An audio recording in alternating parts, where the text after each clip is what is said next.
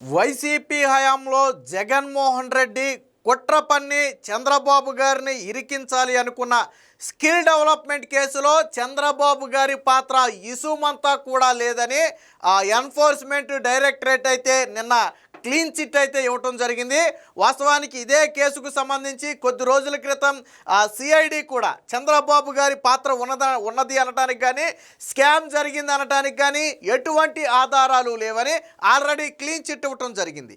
So ఇప్పుడు అదే సమయంలో గతంలో వైసీపీ అధికారంలో ఉన్న సమయంలో ఎన్ఫోర్స్మెంట్ డైరెక్టరేట్కి లేఖ రాసింది. చంద్రబాబు గారి కేసులో 300 కోట్ల రూపాయల అవినీతి జరిగింది, దీని మీద విచారించండి అని. సో అప్పుడు కేసు నమోదు చేసినటువంటి ఈడీ అప్పటి నుంచి కూడా విచారిస్తూ వచ్చింది. తాజాగా ఆ ఈడీ కోర్టుకు సమర్పించినటువంటి నివేదికలో చంద్రబాబు గారి పాత్ర ఎక్కడా లేదు, అవినీతి జరిగింది అనటానికి కానీ డబ్బులు మళ్ళాయి అనటానికి కానీ చంద్రబాబు గారు లేదా ఆయన బినామీలకు ఎవరికి కూడా 1 రూపాయి వచ్చినట్టుగా ఎక్కడా కూడా ఆధారాలు లేవు అని చెప్పి కోర్టుకైతే స్పష్టంగా చెప్పడంతో జరిగింది. దాదాపుగా దీంతో జగన్ పెట్టిన అక్రమ case skill development case almost close అయిపోయినట్టే.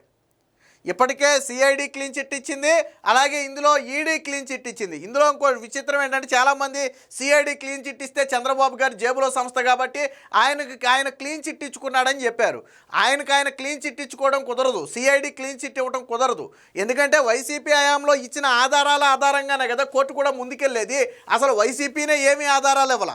కోర్టు చంద్రబాబు గారికి గతంలో 53 రోజుల పాటు జైల్లో ఉన్న తర్వాత బెయిల్ ఇచ్చేటప్పుడు కూడా ఏం చెప్పింది, మీరు ఇన్ని రోజులు ఉన్నా కానీ మనీ ట్రయల్కి సంబంధించినటువంటి ఎటువంటి ఆధారాలను కోర్టు ముందు ఉంచలేదు కాబట్టి చంద్రబాబు గారికి బెయిల్ ఇస్తున్నామని చెప్పి విడుదల చేసింది అప్పట్లోనే. సరే, ఇది సిఐడి అంటే చంద్రబాబు గారి జేబులో సంస్థ అన్నారు. మరి ఈడీ చంద్రబాబు గారి జేబులో సంస్థ కాదు కదా, కేంద్ర ప్రభుత్వ సంస్థ కదా. మరి కేంద్ర ప్రభుత్వ సంస్థే స్వయంగా చంద్రబాబు గారి పాత్రకు ఎటువంటి ఆధారాలు లేవని క్లీన్ చిట్ ఇచ్చింది కదా. మరి దీన్ని ఎలా సమర్థించుకుంటారు? చంద్రబాబు గారి రాజకీయ జీవితంలో ఇప్పటి వరకు ఒక్క ఈడీ కేసులో కూడా నిందితులుగా లేరు. జగన్మోహన్ రెడ్డి మీద దాదాపుగా 11-12 ఈడీ కేసులు ఉన్నాయి. ఈడీ కేసులే 11-12 ఉన్నాయి. కానీ చంద్రబాబు గారి ఈ 40 ఏళ్ల రాజకీయ జీవితంలో ఒక్క ఈడీ కేసు కూడా ఆయన మీద లేదు. గతంలో రాజశేఖర్ రెడ్డి ముఖ్యమంత్రిగా ఉన్న సమయంలో, కాంగ్రెస్ అధికారంలో ఉన్న సమయంలో, సెంట్రల్లో కూడా కాంగ్రెస్ ఉన్న సమయంలోనే చంద్రబాబు గారిని ఈడీ కేసుల్లో ఇరికించాలని విశ్వ ప్రయత్నం చేసినా ఏమీ చేయలేకపోయారు. ఎందుకంటే ఆయన కడిగిన ముత్యం. ఆయన ఈడీ ఏమీ అంత ఈజీగా ఒకరిని ఇన్వాల్వ్ చేయడం కుదరదు. ఖచ్చితంగా ఎక్కడైనా మనీ ట్రయల్ జరిగితేనే ఈడీ దాన్ని గట్టిగా తీసుకోగలుగుద్ది. గతంలో చంద్రబాబు గారు అక్రమాస్తులు అన్నారు, లేకపోతే ఆదాయానికి మించిన ఆస్తులు అన్నారు, లక్ష్మీ పార్వతి కేసు వేసింది, రాజశేఖర్ రెడ్డి కేసు వేసాడు, విజయమ్మ కూడా చంద్రబాబు గారి మీద కేసు వేస్తే హైకోర్టు, సుప్రీంకోర్టు ఆగ్రహం వ్యక్తం చేసింది. మీరు పిటిషన్ వెనక్కి తీసుకుంటారా లేదా మమ్మల్ని ఆదేశాలు ఇమ్మంటారా అని. ఎందుకని ఆధారాలు లేకుండా కేవలం నిరాధారాలతో కేవలం ఆరోపణలతో కేసులు ఫైల్ చేస్తే తీసుకోబోమని చెప్పి గతంలో సుప్రీంకోర్టు హెచ్చరించింది. విజయమ్మను, జగన్మోహన్ రెడ్డి తల్లి రాజశేఖర్ రెడ్డి సతీమణి అయినటువంటి విజయమ్మను గతంలో సుప్రీంకోర్టు హెచ్చరిస్తే విజయమ్మ పిటిషన్ వెనక్కి తీసుకుంది. సో ఇది చరిత్ర. అంటే చాలామందికి తెలియదు చంద్రబాబు గారి మీద ఎటువంటి కేసులు లేవు. ఒక జగన్మోహన్ రెడ్డి పెట్టిన కేసులు మాత్రమే. జగన్ సీఎంగా ఉన్న సమయంలోనే బాబ్రీకి సంబంధించినటువంటి కేసు ఒకటి, లక్ష్మీ పార్వతి పెట్టినటువంటి గతంలో కేసు ఒకటి, ఆ రెండు కూడా జగన్ సీఎంగా ఉన్నప్పుడు కొట్టేయటంతో ఆల్మోస్ట్ చంద్రబాబు గారి మీద ఒక కేసు కూడా లేదు. ఆ తర్వాత జగన్మోహన్ రెడ్డి పెట్టాడు కేసులు. ఏదో ఇసుకలో స్కామ్ అని, లిక్కర్లో స్కామ్ అని, స్కిల్ డెవలప్మెంట్లో స్కామ్ అని జగన్ కేసులు పెట్టాడు తప్ప అప్పటి వరకు చంద్రబాబు గారి మీద కేసులే లేవు. గతంలో పెట్టినవన్నీ కూడా నీరుగారిపోయినాయి, ఎందుకంటే ఆధారాలు లేనటువంటి కేసులు. సో ఈడీ క్లీన్ చిట్ ఇచ్చింది. దానికి సంబంధించినటువంటి వార్త ఒకటి ఉంది, ఒకసారి చూద్దాం. చంద్రబాబుకు ఈడీ క్లీన్ చిట్. స్కిల్ కేసులో ఆయన ప్రమేయంపై ఆధారాలు లేవు. విశాఖ పిఎంఎల్ఏ కోర్టులో అనుబంధ ఛార్జిషీటు, ఆయన పాత్ర లేదు, నిందితుడిగా చేర్చలేం. ఈడీ ఛార్జిషీటును పరిగణలోకి తీసుకున్న కోర్టు ఈ కేసులో గత నెలలోనే ఆయనకు సిఐడి క్లీన్ చిట్. నాడు నానా గగ్గోలు పెట్టిన జగన్ అండ్ కో నేడు ఈడీ తేల్చేయడంతో మూతబడిన నోళ్ళు. పాపం ఒక్క వైసీపీ నోరు పెగలట్లా. సిఐడి కొట్టేసినప్పుడు చంద్రబాబు జేబు సంస్థలో కొట్టేసింది అన్నారు.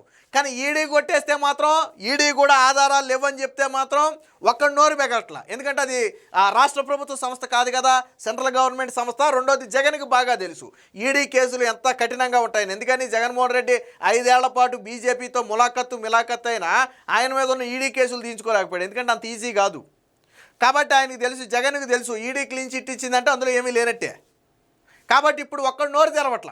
ఆ రోజు చంద్రబాబు గారిని అవినీతి పరుడు అని చెప్పి రకరకాలుగా కూసిన నోళ్ళన్నీ ఈరోజు మూతపడ్డాయి, ఈడీ క్లీన్ చిట్తో మూతపడ్డాయి. అసలు ఈడీ క్లీన్ చిట్ దాకా అక్కర్లా. మీకు 53 రోజులు చంద్రబాబు గారు జైల్లో ఉన్నప్పుడు కోర్టే చెప్పింది, మీరు మనీ ట్రయల్కు సంబంధించి చంద్రబాబు గారికి కానీ, చంద్రబాబు గారి కుటుంబ సభ్యులకు కానీ, లేదా ఆయన తాలూకా వ్యక్తులకు కానీ అమౌంట్ మళ్ళింది అనటానికి ఎటువంటి ఆధారాలు మీరు ఇవ్వలా. అందుకనే మేము ఆయనకు బెయిల్ ఇస్తున్నామని చెప్పి చంద్రబాబు గారికి బెయిల్ ఇచ్చేటప్పుడు కోర్టు చెప్పింది. అంటే 53 రోజుల పాటు చంద్రబాబు గారిని అరెస్ట్ చేసి 53 రోజులు ఆయన జైల్లో ఉంటే వీళ్ళు కనీస ఆధారాలు కోర్టుకి ఇవ్వాల. ఆ రోజే ఇవ్వాల, ఇప్పుడు కాదు. ఎందుకని ఆ రోజే వాళ్ళ దగ్గర లేవు, జగన్మోహన్ రెడ్డి దగ్గర ఆ రోజే లేవు.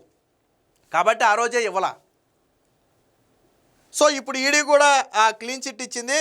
స్కిల్ డెవలప్మెంట్ కేసులో కేంద్ర ప్రభుత్వ ఏజెన్సీ ఎన్ఫోర్స్మెంట్ డైరెక్టరేట్ కూడా ముఖ్యమంత్రి చంద్రబాబుకు క్లీన్ చిట్ ఇచ్చింది.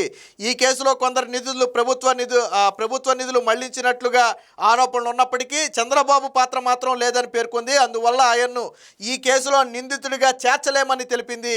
గత నెల 28న విశాఖపట్నంలో ప్రత్యేక పిఎంఎల్ఏ అంటే మనీ లాండరింగ్ నిరోధక చట్టం కోర్టులో తాను దాఖలు చేసిన అనుబంధ ఛార్జ్షీట్లో న్యాయస్థానాన్ని పరిగణలోకి తీసుకుందని చెప్పి ఈడీ ఓ ప్రకటనలో వెల్లడించింది. దీంతో దేశవ్యాప్తంగా సంచలనం సృష్టించిన తప్పుడు కేసులో చంద్రబాబును అరెస్టు చేయడంతో ఇప్పుడు ఈడీ ప్రకటనతో అది తప్పుడు కేసు, జగన్మోహన్ రెడ్డి రాజకీయ కక్షతోనే చంద్రబాబు గారిని జైల్లో పెట్టాడు తప్ప అవినీతి చేసినందుకు కాదు అని ఈరోజు ప్రపంచవ్యాప్తంగా ఉన్న వాళ్ళందరికీ కూడా అర్థమైంది. ఆ రోజు చంద్రబాబు గారి అరెస్టు సమయంలో ప్రపంచవ్యాప్తంగా ఉన్న తెలుగు వాళ్ళందరూ కూడా స్పందించారు. జగన్మోహన్ రెడ్డి అరెస్ట్ అయితే కుటుంబ సభ్యులు తప్ప ఎవడు స్పందించలేదు దాన్ని. కానీ చంద్రబాబు గారు అరెస్ట్ అయితే ప్రపంచవ్యాప్తంగా ఉన్న తెలుగు వాళ్ళందరూ స్పందించారు. ఎందుకంటే రాజకీయాలకు అతీతంగా చంద్రబాబు గారికి మద్దతుగా నిలిచారు.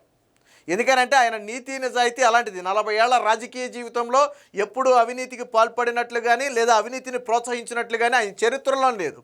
మీరు గుర్తుపెట్టుకోండి, చంద్రబాబు గారు ముఖ్యమంత్రి అయిన తర్వాత ప్రతిపక్షంలోకి వస్తున్నాడు, ఆయన మళ్ళీ ముఖ్యమంత్రి అవుతున్నాడు, మళ్ళీ ప్రతిపక్షంలోకి వస్తున్నాడు. కానీ ఎవరు ఏమీ చేయలేకపోతున్నారు. ఎందుకని చంద్రబాబు గారిని ఎందుకు ఏమీ చేయలేకపోతున్నారంటే ఆయన దగ్గర ఏమీ లేదు, అవినీతి ఆరోపణలే తప్ప ఆయన చేసిందేమీ లేదు. అలాగే చంద్రబాబు గారి దగ్గర పనిచేసిన ఏ అధికారి కూడా అవినీతి ఆరోపణలు ఇరుక్కోవాలి. మీరు అది కూడా చూడండి. ఫర్ ఎగ్జాంపుల్ రాజశేఖర్ రెడ్డి అప్పుడు తీసుకోండి, శ్రీలక్ష్మి కావచ్చు, లేదా ఇంకా కొంతమంది ఉన్నారులేండి, వాళ్ళందరూ ఏమైపోయారు. జగన్మోహన్ రెడ్డి హయాంలో తీసుకోండి, ఇప్పుడు అవినీతి కేసులో అరెస్ట్ అయిన లెక్కర్ స్కామ్లో అరెస్ట్ అయినటువంటి వాసుదేవరెడ్డి కావచ్చు, లేదా మాజీ సీఎం కృష్ణమోహన్ కావచ్చు, వీళ్ళందరూ ఎవరిళ్ళు అంటే జగన్మోహన్ రెడ్డిని నమ్ముకున్న వాళ్ళు అవినీతి కేసుల్లో జైలు పాలవుతుంటే చంద్రబాబుని నమ్ముకున్నవాడు ఏ రోజు కూడా కోర్టు ముందు దోషిగా నిలబడాల. అది చంద్రబాబు గారి గొప్పతనం. సో దీనికి సంబంధించిన మరొక వార్తను చూద్దాం. రాష్ట్ర రాజకీయాల్లో కీలక మలుపుకు కారణమైన స్కిల్ కథ దాదాపుగా ముగిసినట్లేనని న్యాయ నిపుణులు అంటున్నారు. చంద్రబాబుకు ఎలాంటి సంబంధం లేని ఈ కేసులో ఆయన్ను ఇరికించి అక్రమంగా అరెస్టు చేసి 53 రోజులు రాజమండ్రి సెంట్రల్ జైల్లో పెట్టి సరైన సౌకర్యాలు కూడా కల్పించకుండా నరకయాతన పెట్టిన సంగతి అందరికీ తెలిసిందే. గతంలో గగ్గోలు పెట్టినటువంటి వైసీపీ నాయకులు కావచ్చు, సోషల్ మీడియా కావచ్చు, ఇప్పుడు ఈడీ మూసివేసేసరికి ఒక్కరు కూడా నోరు మెదిపి దీని మీద మాట్లాడే ధైర్యం చేయట్లేదు. ఎందుకంటే ఈడీకి కేసును అప్పగించిందే వైసీపీ ప్రభుత్వం. వైసీపీ అధికారంలో ఉన్నప్పుడే ఈడీ కేసు నమోదు చేసి విచారణ ప్రారంభించింది. కాబట్టి ఈడీ కొట్టేసింది అంటే ఇప్పుడు వాళ్ళు నోరు మెదపలేరు. ఎందుకంటే ఇది ఆళ్ళుండగా తీసుకొచ్చినటువంటి సంస్థ, ఆళ్ళుండగా నమోదు చేసిన కేసే ఇది. కానీ గతంలో 2023 సెప్టెంబర్ 9న అర్ధరాత్రి చంద్రబాబు గారిని అరెస్ట్ చేసి దాదాపుగా 53 రోజుల పాటు ఆయన్ని జైల్లో పెట్టి చిత్రహింసలకు గురి చేశారు. ఒక రకంగా ఆయనకు కనీస సౌకర్యాలు కల్పించమని చెప్పి మళ్ళీ తిరిగి కోర్టును అడగాల్సిన పరిస్థితి ఆ రోజు వైసీపీ ప్రభుత్వం తీసుకొచ్చింది. సరే, జగన్మోహన్ రెడ్డి అరెస్ట్ చేయడం ఫలితమేనో లేకపోతే ఇంకోటో తెలియదు, కానీ ఈరోజు ఎన్ని సీట్లకు పరిమితం అయ్యడం మనందరం చూసాం.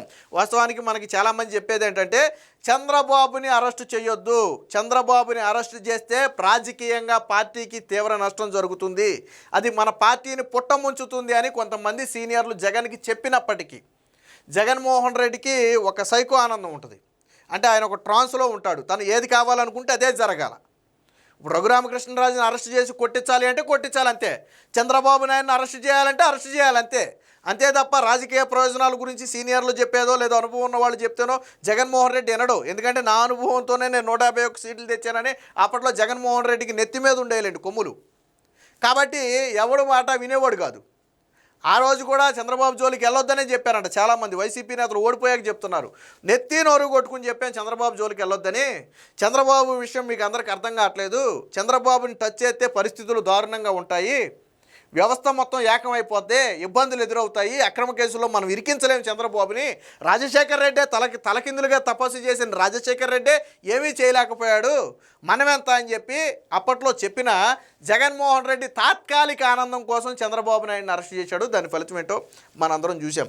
సో ఏది ఏమైనా మొత్తంగా 300 కోట్ల రూపాయల అవినీతి జరిగిందంటూ గతంలో చంద్రబాబు మీద పెట్టినట్టు సిఐడి కేసు కావచ్చు, లేదా ఇటు ఈడీ కేసు కావచ్చు, ఈ రెండూ కూడా పూర్తిగా చంద్రబాబు పాత్ర లేదని తేల్చేయటంతో జగన్మోహన్ రెడ్డి నాడు పెట్టింది తప్పుడు కేసేనని చెప్పి ఈరోజు తెలుగు ప్రజలందరూ కూడా తెలుసుకుంటున్నారు.